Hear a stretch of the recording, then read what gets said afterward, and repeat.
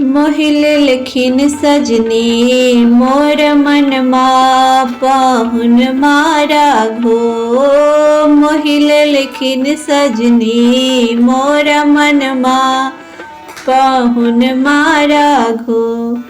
ये हो पाहुन मारा घो सिया के सजन मारा घो। ए हो पाहुन मारा घो सिया के सजन मारा घो।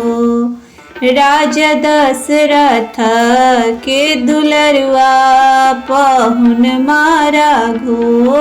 राजा दशरथ के दुलरुआ पाहुन मारा घो। मोहिल लिखिन सजनी मोर मनमा पाहुन मारा घो। मोहिल लिखिन सजनी मोर मनमा पाहुन मारा घो। अखियन में कारे काजर होठबा में पानक लाली। अखियन में कारी काजर होठबा में पानक लाली। लाल लाल सीरा पर पगड़िया पाहुन मारा घो। लाल लाल सीरा पर पगड़िया पाहुन मारा घो।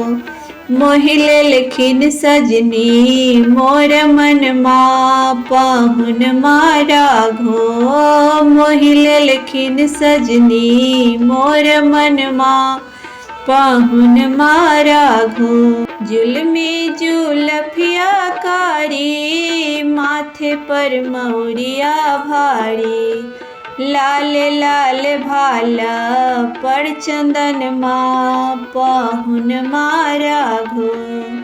लाल लाल भाला पर चंदन माँ पाहुन मारा घो। मोहिल लिखिन सजनी मोर मनमा पाहुन मारा घो। मोहिल लिखिन सजनी मोर मनमा पाहुन मारा घो। दुपट्टा चमचम लागे मोती पहिरन बियहुती धोती। दुपट्टा चमचम लागे मोती पहिरन बियहुती धोती। मुस्कैत श्यामल बदनमा पाहुन मारा घो। मुस्कैत